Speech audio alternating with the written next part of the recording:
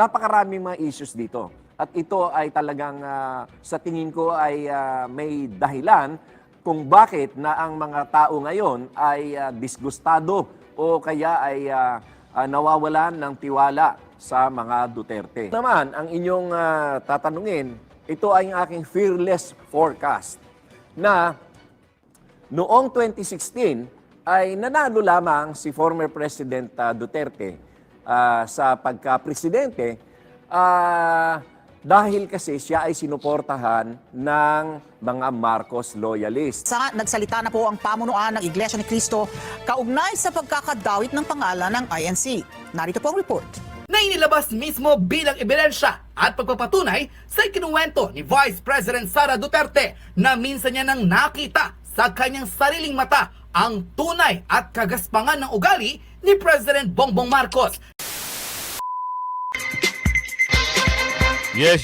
Magandang araw muli sa inyo mga kasama at si Kuya Goods nagbabalik. At kung hindi ka pa nakasubscribe sa ating channel, pasubscribe na lang po at hit mo na rin yung bell para updated ka naman sa ating mga video. Pero bago man yan ang lahat, kayo ay aking inimbita sa isang community. Mag-join kayo sa community kung nais nyo makisa sa ating mga talakayan at mga pwedeng pag-usapan na. Lagi kayo nauuna dyan. At ngayon, pasalamat muna tayo sa mabot na po ng 50,000 new subscribers. Maraming salamat po. At doon sa datihan na walang sawang sumusuporta, maraming salamat po sa inyong lahat. At ngayon, ito. Magpapasalamat muna tayo mga kasama. Salamat ng marami. Doon sa nagpakulay. Salamat sa iyo. Lakihan natin para nakikita. Salamat po, Ma'am Liza San Jose. Yan, salamat po ng marami Alright? Okay, ano ba meron? Ano ang pag-uusapan natin ngayon? Abangan nyo mga kasama. Meron naman isang umeepal, May isang tao namang umeepal, na dati ay mahilig, alam nyo, mahilig siya magsalita ng bad word. Sino ito? Sino kaya ito? Bigla na lang sumulpot sa kasagsagan ng live. Nung natapos ng live ni Ate Sara, nasabi niya na dito kung ano talaga ang tunay na ugali. Yung mga tao naman, talaga naman nararamdaman kung ano yung mga nangyayari. Siyempre, di ba? Sino bang hindi nakakaalam? At sino ba yung nakakaramdam? Ang tanong, di ba? Sa panahon ba ngayon, nararamdaman nyo ba na talaga namang wala namang kagana-gana? O wala namang na nagagawang medyo maganda? O sabihin natin, wala naman talaga? Kasi nga, sabi sa video, doon sa, kung pinagbasihan nyo, kung inintindi nyo po yung mga sinabi ni Ate Sara sa video niya, ang nakaupo ngayon, di umano, ay wala pong magandang nagagawa, di umano. Sabi sa pakiwari natin mga kasama, merong punto, merong mensahe, merong patunay. Kasi kung ikaw ay gusto mong maging maayos ang bayan, ang bansa, di sana, gumawa ka ng mga ticket mo. Di ba? Meron kang sarili mong project. Nangyayari, yung mga project noon, yun ay, ewan natin kung matatapos yun sa termino ngayon. Baka wala pa. Kayo na pong bahala. Nasa inyo po ang desisyon. Kung kayo po ay naniniwala. Kung naniniwala kayo, type nyo sa comment section. Kung naniniwala kayo na hindi maganda o palpak di umano, ang nangyayari ngayon, kung sino nakaupo. Ito na! Pag-usapan na natin. Ano ba meron dito? Sabi dito, matapos siyang palabasing masama, tunay na ugali ni Tutut, inilantad na ni BP Sara. Tapos meron pang pinahiya, Grabe na ito! Pasok! Kung ganyan ka kasalbahe sa mga taong minsan ang nagtiwala sa iyo, hindi ka karapat-dapat maging Pangulo. Ito ang buong tapang na isiniwalat ng Vice President na si Sara Duterte patungkol sa tunay na ugali at di umunay kagaspangan ni President Bongbong Marcos na mismong siya at ang kanyang dalawang mata ang nakakita. Sa kontrobersyal na press conference na isinagawa ng OVP, tahasang ibinulgar ni Vice President Sara Duterte ang pagka-toxic ni President Bongbong Marcos. Buong tapang na ikinuwento ni VP Sara ang kanyang nasaksihan kung paano tila ipinahiya ni President BBM ang isang graduating student ng militar. Sa kanyang kwento, tila inilahad ni VP Sara kung paano nagbiro ng kahilingang regalo ang nasabing military student kay President BBM na tila nakagawian na ng mga graduating student na humiling ng regalo sa kanilang mga panauhing pandangal, lalo't pat kung ang kanilang bisita ay ang Pangulo ng Bansa. Ayon kay VP Sara, biniro ng military student si President BBM na kanya na lamang ang relo ng Pangulo bilang graduation gift. Ngunit hindi naman daw umaasa ang nasabing estudyante na tototohanin ito ni PBBM. Ngunit ang nagresponde o ang naging responde ng Pangulo ay hindi raw inaasahan ng nasabing vice-presidente. Ang kanyang naging responde ang siyang tila pinanggigilan ni VP Sara matapos pagtawanan ang nasabing military student at tila injanin ang nasabing request ng nasabing defense military officer ng bansa. Ayon kay VP Sara, naiintindihan niya raw kung hindi maibibigay ni BBM ang nasabing relo, lalo't kung ito ay milyong piso ang halaga o kung mayroon man itong sentimental value sa kanya. Ngunit ang ipahiya at pagtawanan ang nasabing military student na siyang mag-aalay ng buhay para sa kanyang bansa ay hindi na katanggap-tanggap kay VP Sara. Ayon mismo sa Vice-Presidente, dapat raw ay sinabi man lang ni BBM na hindi niya maaaring ibigay ang nasabing relo at bibigyan na lamang ito ng ibang regalo. Hindi yung pagtatawanan pa siya ng Pangulo maging ng mga nakapaligid dito. Bilang ebidensya, nahanap natin ang kinukwento ni VP Sara sa isang live coverage mula sa media outlet ng gobyerno na RTVM kung saan dito'y nakita on cam ang di umano'y pamamahiya ni BBM sa nasabing graduating military student. Hindi nga raw basta-basta magsasalita si VP Sara nang walang basihan at ebidensyang ilalabas sa publiko dahil ang kanyang mga kwento nangyari at siya mismong nasaksihang totoo. Ito ang official video mula mismo sa state-owned media ng gobyerno kung saan nahuli ng kamera ang di umano'y sinasabi ni VP Sara na military student na nag-request kay BBM na kung sakali sa kanya na lamang ang relo ng Pangulo bilang regalo, lalo't ito'y isa sa mga pinakamagagaling na military student ng kanyang henerasyon. Ngunit ang nasabing pananalita at pamamahiya ni BBM sa nasabing estudyante ay nasaksihan mismo ni VP Sara nang lumingin mismo ang Pangulo sa kanya. Tila dito na na-stop ball si President Bongbong Marcos nang maglabas ng patunay si VP Sara na hindi imbento ang kanyang mga ikinukwento. Sa galit nga raw ng Vice-Presidente, gusto niyang putulin ang ulo ng Pangulo dahil sa kahihiyang sinapit ng batang estudyante na graduating student ng Military Academy na siyang tila napahiya sa harap at dami ng taong nakapaligid sa kanila. Narito at panoorin ang buong video. So, yan. Oh, bakit nga naman may ganung tagpo, no? Pwede mo naman siguro sabihin, ito aking pa-opinion lang at pananaw, di ba? Kasi tayo naman ay may mga sarili-sariling opinion at pananaw sa buhay.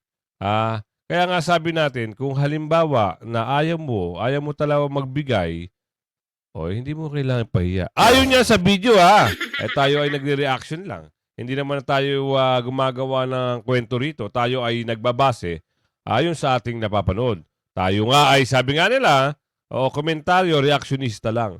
So, kayo mga kasama, naniniwala ba kayo na yung mga bagay na to ay nangyari? Kasi hindi naman sasabihin yan ng pangalawang Pangulo kung wala naman talagang basihan. So, siguro, sa pananahimik niya, dahil hindi niya na maatim yung kung ano-ano yung mga pinagagawa sa kanya. Nito, ang dami-dami. Nagkakampihan na sila . Yung ano Oh. Kaya, lahat siguro ng mga galit niya ay nalabas niya dito. So, ito na nga yung video. Kaya nga sabi natin, panoorin nyo hanggang dulo eh. Panoorin nyo paano sabihin nung isang, dati makaano rin to eh. Kung todo, ganun eh, kampanyahan eh, no? Kaso nga lang, may problema itong tao na to, di ba no? Mahilig itong magmura. Mahilig itong gumawa ng ano. So ngayon, tumakbo rin ito, i-blind item na natin. Tumakbo din itong pagkasenador. Ang nangyari. Dahil nga, ikaw ay isang magandang halimbawa sana, kaso nga lang, sa unang atake mo pa lang, hindi na nagustuhan ng mga tao. Bakit? Hindi maganda yung ganong words. Lalong-lalo na in nationwide television o yung kung ano mang platform ka napapanood ng tao. Yung mga words na yon, hindi ka aya-aya. Ano ba meron? Tuloy pa natin to bago natin ipasok doon sa mga pag-uusap doon. Go! Na inilabas mismo bilang ebidensya at pagpapatunay sa ikinuwento ni Vice President Sara Duterte na minsan niya nang nakita sa kanyang sariling mata ang tunay at kagaspangan ng ugali ni President Bongbong Marcos. Kaya tila dito na nagsimula na madiskubre ng Vice Presidente na hindi sila magkakasundo nito. Lalo't ang puso ng Pangulo wala mismo sa mga Pilipino. Yan! Narito at panoorin ang full video. So, meron isang graduate. Sabi nung graduate, Mr. President, can I have your watch as a graduation gift?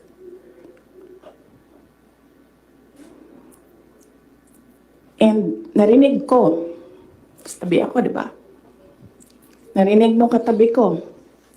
Narinig nung katabi ng katabi ko. But apparently, this guy, di niya alam kung ano isasagot niya. So, ang ginawa niya, pinaulit niya sa bata. What did you say?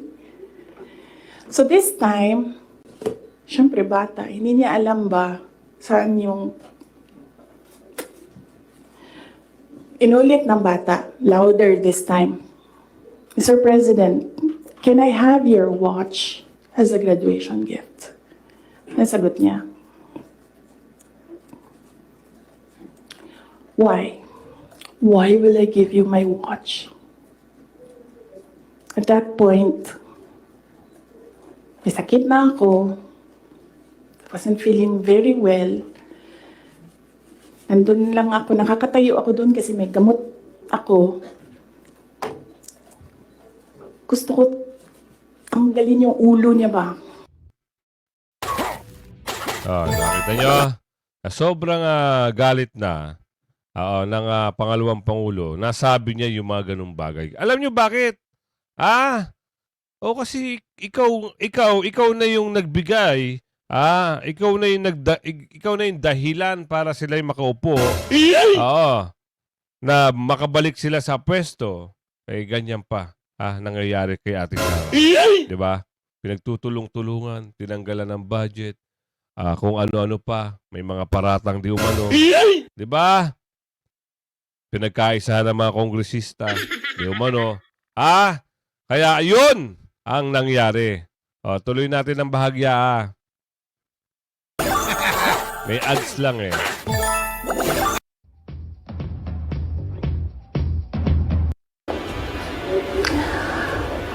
Truthfully, I wasn't feeling well. Kasi kinukulam nila ako.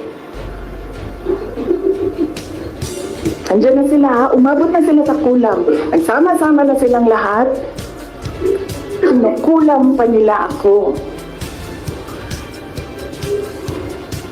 So I wasn't feeling very well. Pero I had to go. Kailangan ko pumunta. Kasi para naman sa graduates yun. Hindi para sa akin yun. That's their happiest day. So nagsama kami. Yun yung meron palang ibang doon Ibang salita, no? Ano sabi? Kinukulam si Ate Sara. Ako, meron pa palang ganun tagpo. O, tuloy ate. Sama kami, katayo kami doon. And merong isang graduate. So, ito na, napanood naman natin. Ngayon, ibabato ko naman kayo sa slide na kung saan, nagsalita na po, ha? Meron tayong papakitang video rito na ang pamunuan ng INC ay nagsalita na matapos madawit di umano ang isang miyembro o ang pangalan ng INC doon sa sinasagawang investigasyon ni Garma. So, sumagot na yung pamunuan ng INC patungkol dito. So, panoorin natin mga kasama kung ano yung mga pahayag nila ha. Para naman may idea kayo at para mauna kayo sa balita kung ano yung pahayag dito. Pasok mo ate. Sa gitna naman po ng hidwa ang naganap sa pagitan ng mga lider ng bansa, nagsalita na po ang pamunuan ng Iglesia ni Cristo kaugnay sa pagkakadawit ng pangalan ng INC. Narito po ang report. Sinagot ng Iglesia ni Cristo sa pamamagitan ng tagapagsalita nito na si kapatid na Edwil Zabala ang mga isyong ibinabato sa INC. Kabilang narito ang naging pagbisita noong 10 ng Oktubre ni dating Pangulong Rodrigo Duterte sa tagapamahalang pangkalahatan ng Iglesia ni Cristo, ang kapatid na Eduardo V. Manalo.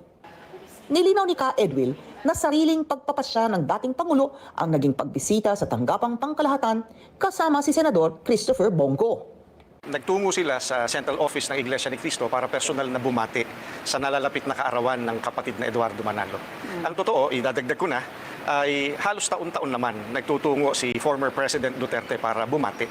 Gayunman, ipinaubaya na ng INC kay dating Pangulong Duterte ang pagtugon sa pagdadawit dito ni dating Police Colonel Royina Garma nang sabihin na nagpahanap siya ng isang police official na miyembro ng INC para mangasiwa sa war on drugs ng kanyang administrasyon.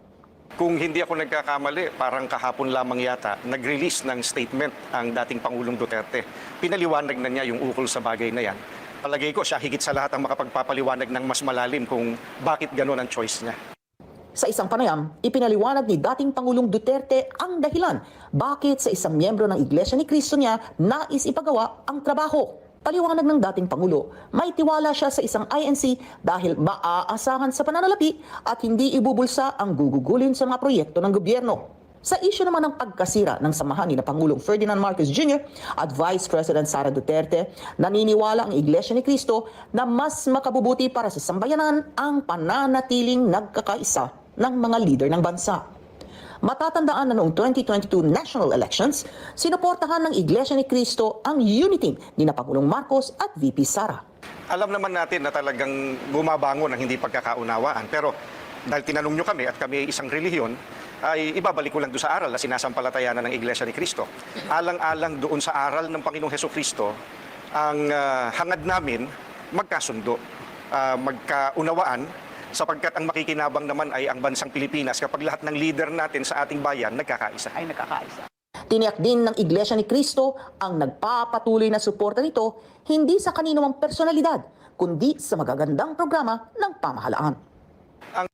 So, ito pa yung huling atang sinabi ni brother. Ang Iglesia ni Cristo po nananatiling sumusuporta sa lahat ng mabubuting proyekto ng pamahalaan, lalo't sa ikabubuti ng ating mga kababayan. So, yun nga. Kaya nga lagi ko sinasabi sa inyo, i-like nyo yung video at share nyo yung video para makarating ito sa mga kamag-anak nyo, sa kaibigan nyo sa ibang bansa. Kasi baka hindi sila huli na sila sa mga balita kung ano yung mga issue sa ating bansa. Ngayon, eto na. Ano bang meron? Bakit sinabi natin na ito'y nakialam na? Bakit nakikisaw-saw sa issue? Nagpapalapad ba ng papel? Gusto bang magkaroon ng pwesto sa Malacanang, di umano? Bakit bigla kang pumasok dito sa issue na naman na ito? Ano bang problema? May problema ka na naman ba? Dati-rati. Ito dati-rati talaga gustong-gusto nito si Ate Sara eh. Parang hindi alam mo yung makabasag pinggan? nagtataka na nga lang din tayo, mga kasama. Ha? Sabi nila, ano raw to eh? Oh, abogado, sabi nila. Pero bakit ganun? Oh, meron bang ano? Dapat nga siya isang model na halimbawa, ikaw ay kilala na sa larangan ng mga ganyan. Dapat hindi mo pinapakita na nagsasalita ka ng bad words. 'Di ba? Kaya ngayon, ito para lang sa akin, opinion ko lang to. Para sa akin, napangitan ako sa image niya. Oo. Kasi kapanyahan, tapos magsasalita ka ng mga ganun bagay. Di ba? Hindi ko na siya binoto. Oo. Kaya siguro nagkaroon ng chance rin yung mga tao na hindi rin siya iboto dati. Kasi nga, baka mamaya, hindi lang yung salita ang gawin niya. Baka mamaya, meron palang pag-uugaling hindi maganda ito. So, ito na ang usapin. Bakit sa kasagsagan ng issue na ito lumilitaw ka? Bakit? Ang tanong! Okay, pasok natin sige, pasok mo. Napakaraming mga issues dito. At ito ay talagang sa tingin ko ay may dahilan kung bakit na ang mga tao ngayon ay disgustado o kaya ay nawawalan ng tiwala sa mga Duterte. Ikaw lang nagsabi niyan. Kaya, hindi mo ba alam, mas lumalakas ang pwersa ng mga Duterte dahil sa pilit yung pinapabagsak. Tinitira nyo patalikod. Ngayon, ikaw nakisama ka na naman. Hindi natin alam kung anong motibo. Gusto mo ba sa pwesto sa Malacanang? Yan ang tanong. Tayo ay nagbabasa lang ng komento rito. Kaya nga sabi dito, sana hindi ka na nakisawsaw. Ayan, sabi ni Ate Karen.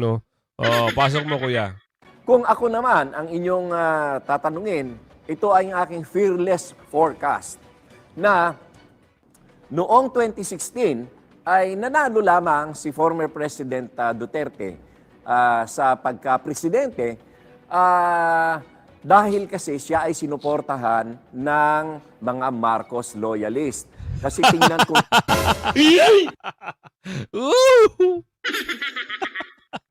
Ulitin natin. Natatawa ako sa'yo. Nakakatawa ka.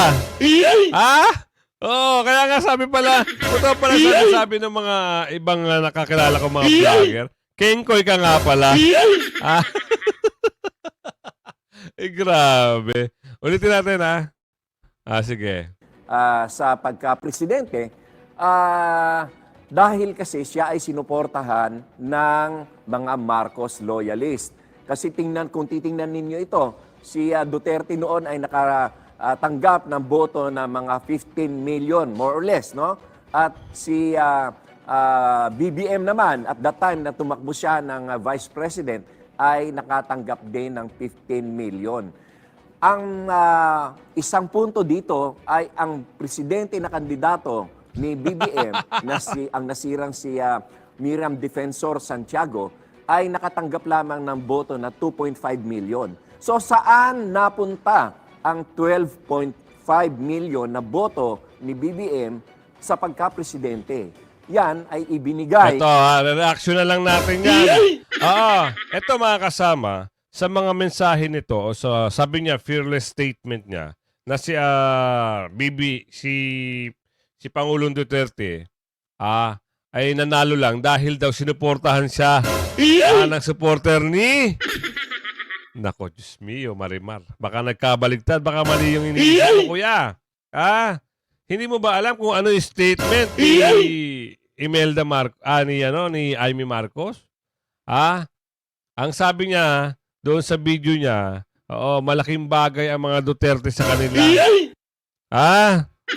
Nako. Huwag mo nang lokohin ang mga mamamayang Pilipino. Hindi mo na malilinlang. Ngayon, magkakaalaman tayo. Ngayon, tumakbo si Bongbong Marcos. Yung sinabi mo kanina. Ngayon, tumakbo si Bongbong Marcos na pagka-presidente. Tumakbo si Sara na pagka-presidente. Sino mas malaki? Sige, kwento mo sa amin. Sabihin mo sa amin kung sino ang pinakamas malaking boto. Ito sasabihin namin sa'yo. Kung hindi lang dahil kay Sara, sa mga Duterte, hindi mananalo yan. Kung sino yung nakaupo ngayon. Yan ang katotohanan dyan. Kaya, Wag mo na kaming pinagloloko, kuya. Eh, bahala ka kung yan ang gusto mo sabihin. Eh, vlog mo yan eh. Ah, sige, totoo. ng mga Marcos loyalist kay Duterte dahil kasi no choice. Kasi sino iboboto nila? Si Marrojas o kaya si Binay?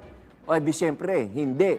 At dahil Alam mo, nananahimik na yung mga tao, sinama-sama mo pa dito. Lalo magagalit sa yung mga tao na yan. Sa bagay. Totoo nga naman eh. Kung makapagsalita ka nga ng ano eh. Anong tawag yan? Ob-ob! Ayan, lagi na itong ano eh, sinasabi. O ngayon, ano nangyari sa'yo? Hindi ka nakabante kahit ilang libo lang ata yung boto nito eh. Hindi ata umabot ng milyon ano. Kayo ba alam niyo kung ilan? Type niyo sa comment section para nasishare na rin sa ating mga kababayan kung ilang libo o ilang, sabi natin milyon, pero yung ranking niya, malayong-malayo ata ano. Sige, tuloy mo. sa pangako ni Duterte na ipapalibing niya sa libingan ng mga bayani ang nasirang Ferdinand Marcos Sr. ay talagang nakuha niya ang loob ng mga Marcos loyalists. Ha? Wow! Kakaiba na nangyayari. Oo. Ito na yung nangyayari din noon panahon na ata na ano, parang ang ginagawa nila yung bine-brainwash ata nila yung mga tao. Sa statement ng mga ganito, sigurado. Ako malakas ang paniniwala ko. Ito ngayon ay ginagawa nito. Ginagawa nito ngayon puro kabaligtaran na. Hindi mo maloloko ang mga taong bayan ngayon kasi may social media at meron na mong matitinong mga vlogger. Hindi po lahat nababayaran. Tama ba ako mga kasama? Kasi kung nangyari lahat na lang ipapabor sa kanila kahit mali, gano'n na nga mangyayari. Talagang sirang-sira na talaga ang pangalan ng mga Duterte. Pero ngayon po, may mga matuwid at ayaw sa mga baluktot. No? Ito naman, sa pagkawari ko, ako'y magkokomento lang sa kanya, reaction ko lang sinabi niya, sa pagkawari ko, yung sinabi niya, salungat po. Doon sa nangyari. No? Nakuha daw ang loob dahil pinalibing. Wow. Aba. Mag-survey kayo ng mabuti, kuya. Tuloy mo. Kaya ang boto ay binigay sa kanya. Pero kung ngayon, ito ang aking fearless forecast. Si Larry Gadon nagsasabi kung si Sara ay tatakbo sa 2020. Ito dati may fearless forecast din yan dati. Mananalo daw siya. Anak ng bugi. Ano nangyari? Sige, tuloy na nga natin to. 28 sa pagka-presidente ay sigurado ako na matatalo siya dahil ang makukuha lamang niya mga boto ay maswerte na siya makakuha ng 3 million Wow. or 4 million at the most. Wow. Bakit? Ano ang basehan ko rito? Noong 2016 na presidential election, ang vice-presidente ni Duterte noon ay si Alan Peter Cayetano. Ano ang boto na nakuha ni Alan? Despite na araw-araw kinakampanya sa ni Duterte, na dyan na yung mga billboard, mga poster, mga TV ads, mga radio ads, at lahat ng mga rallies nila. Pero ano ang nakuha ni Alan Peter Cayetano noon ay 5 million lamang. Ibig sabihin, 5 million lamang ang sumunod kay Duterte na iboto si Alan Peter Cayetano. Ang ibig sabihin, wala naman talaga siyang hatak sa mga tao. At dahil kung tutuusin ay para sa akin ang tansya ko ay ang boto lamang ni Duterte noon ay mga nahatak noon ni Duterte ay mga 2 million lamang sapagkat hindi Malakas din talaga magsinungaling. Ano? No? 2 million lang daw ang... sige, pagbigyan natin, vlog niya yan eh. Nakakaawa po yung mga ganito tao. No? Nililin lang nila yung mga kababayan natin Pilipino. Yun lang ang komento ko. Kasi kung ikaw, maganda yung interest mo, pangkalahatan ng interest mo, hindi mo lililangin ng tao. Oo, hindi mo sasabihin sa tao yung ganito. Oo. Sana lang talaga, pagdating ng 2028, yung mga sinabi nito, mapatunayan nga. Kaya nga sabi natin, ang mga taong bayan, hindi na po mangmang pagdating sa mga ganito. Nalinawan na po ang utak nila. Kaya nga wala na, yung mga pukol sa mga Duterte, parang business lahat eh. Oo. Mga wala silang maibigay na matinding ebidensya. Kaya sila takot na gano'n na lang paninira nila sa Duterte. Kasi nga, sa 2028, pag naisipan ni Ate Sarang tumakbo ng pagka-presidente, lahat po yan ng mga... Oo, nako po. Diba? Oh, mag-isip-isip naman kayo. Ayusin nyo yung information nyo sa mga taong bayan. 2 million lang?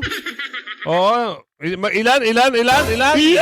Oy, nako. Ate Sara, 2 million na lang daw ang iboboto sa'yo. Sabihin natin bigyan ka ng 5 million.